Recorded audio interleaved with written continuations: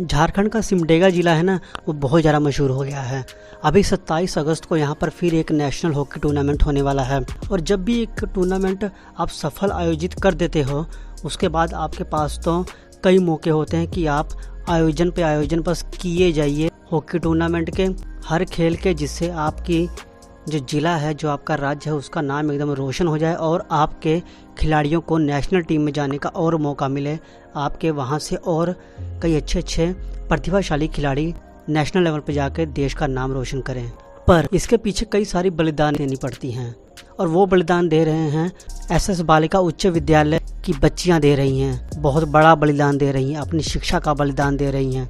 कैसे? तो रिपोर्ट ये है कि जब भी झारखंड में किसी भी प्रतियोगिता को आयोजित करना होता है तो वो सिमडेगा में ही आयोजित किया जाता है, क्योंकि सिमडेगा एक तरह से काफ़ी ज़्यादा फेमस हो ही चुका है। पहले यहाँ पर कई सफल आयोजन किए जा चुके हैं और वैसे भी सिमडेगा से कई बेहतरीन खिलाड़ी नेशनल टीम में हैं। तो शायद इसलिए हर बार उसी जगह को चुना जाता है, उसी ग्राउंड को चुना जाता है जहाँ पर एस्ट्रोटर्फ ग्राउंड है। पर ये सिर्फ एक नहीं है, झारखंड में बहुत सारे एस्ट्रोटर्फ ग्राउंड हैं, पर फिर भी हर बार SS बालिका उच्च विद्यालय वाला ही स्थान चुना जाता है, जिससे बच्चों को प्रॉब्लम हो रही है। और वो क्यों हो रही है?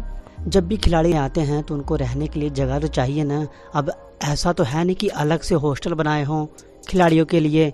ये कोई राष्ट्रमंडल खेल तो हो नहीं रहे, या फिर ओलंपिक, या फिर कोई वर्ल्ड कप कि बाहर से खिलाड़ी आ रहे हैं। अब अपने ही नेशनल खिलाड़ियों को रहने के लिए अगर जगह बनानी है तो फिर तो हमारे जो विद्यार्थी हैं उनको अपने हॉस्टल खाली करने पड़ते हैं।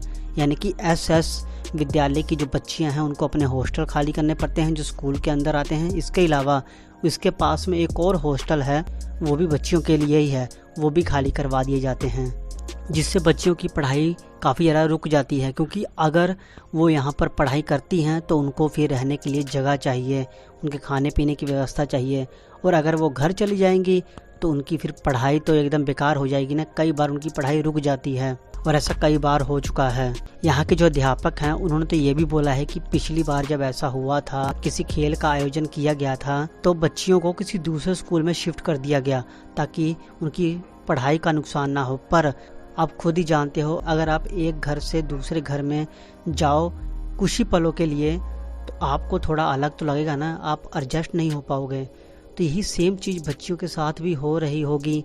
वो एडजस्ट नहीं कर पा रही थी, उनकी पढ़ाई डिस्टर्ब हो रही थी वहाँ पर भी। और दूसरा रीज़न उन्होंने बताया कि जब भी खिलाड़ी वगैरह आते हैं तो वॉशरूम वगैरह की तो हालत एकदम बेकार हो जाती है। जो टॉयलेट है, जो बाथरूम है, मतलब उनकी हालत बहुत बेकार हो जाती है। दोबारा जब बच्चियाँ रहने आती हैं तो उनको यूज़ करने लायक वो बिल्कुल भी नहीं रहते। तो स्वाभाविक सी बात है, जहाँ इतने सारे खिलाड़ी रह रहे हैं तो सभी एक जैसे तो होंगे नहीं। तो ऐसे ही कई रीज़न हैं। और साथ में अध्यापकों ने ये भी कहा कि इससे हमारी बच्चियों की सुरक्षा पर भी सवाल उठते हैं। अध्यापकों का कहना है कि अगर झारखंड में एक ही ऐसा एस्ट्रोटर्फ मैदान हो तो हम बिल्कुल भी नहीं कहेंगे कि आप कहीं और इस खेल का आयोजन कीजिए। पर जब आपके पास एस्ट्रोटर्फ के कई विकल्प हैं तो आप सिर्फ सिमडेगा के मैदान पर ही क्यों? या तो फिर ऐसा हो कि एक अलग जगह बनाई जाए, कोई अलग स्थान बनाया जाए जहाँ पर खिलाड़ियों को रहने के लिए सुविधाएं प्राप्त हो। उन्होंने बोला जैसे हमारे देश की प्रगति के लिए मेडल लाना जरूरी है, वैसे ही हमारे उज्जवल भविष्य के लिए तो पढ़ाई भी तो जरूरी है। अगर बच्चे पढ़ेंगे नहीं तो उनका भविष्य तो एकदम बेकार हो ही जाएगा। तो इसी बात को गंभीरता से लेते हुए जब ये मामला शिक्षा पदाधिकारी मोहन झा के पास पहुंचा तो उन्होंने बोला कि हम कल इसके ऊपर जरूर विचार करेंगे। और जब कुछ रिपोर्टर्स ने शिक्षा मंत्री जगन्नाथ महतो से इस मुद्दे पर सवाल उठाए तो उन्होंने इस बात को गंभीरता से लेते हुए कहा कि जितने भी इसके संबंधित रिपोर्टें होंगी हम उससे सभी रिपोर्ट को मंगाएंगे, फिर उस पर कार्रवाई करेंगे। जो भी एक पॉसिबल रास्ता निकलता होगा जिससे ना हमारी बच्चों की पढ़ाई पे नुकसान हो, ना ही खिलाड़ियों के खेल के आयोजन में कोई रुकावट आए, कोई ऐसा रास्ता निकाला जाएगा जिससे दोनों को ही फायदा हो। हम इस पर गंभीरता से विचार करेंगे। दोनों ही चीज़ें जरूरी हैं और दोनों ही हमारे देश के भविष्य के लिए जरूरी हैं। तो उन्होंने तो पूरा आश्वासन दे दिया है शिक्षा मंत्री ने।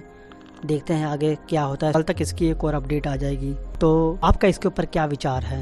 आपको क्या लगता है कि जब किसी भी ऐसे स्कूल या कॉलेज में ऐसे टूर्नामेंट किए जाते हैं, बाहर से खिलाड़ी आते हैं, तो उनके लिए उनके रहने के लिए अलग से व्यवस्था होनी चाहिए, या फिर ये ऐसे ही काम चलाऊ वाला सिस्टम चलता रहेगा? जो भी आपके विचार है मुझे कमेंट करके जरूर बताइए। और इसके ऊपर कल एक और अपडेट आ जाएगी। तो पूरा अपडेटेड रहने के लिए आप हमारे चैनल को सब्सक्राइब जरूर कर लीजिए। लाइक कीजिए, शेयर कीजिए, अपना सहयोग बना के रखिए। इस वीडियो में बस इतना ही, मिलेंगे कुछ ही क्षणों के बाद एक और अपडेट के साथ। तब तक ले जय हिंद।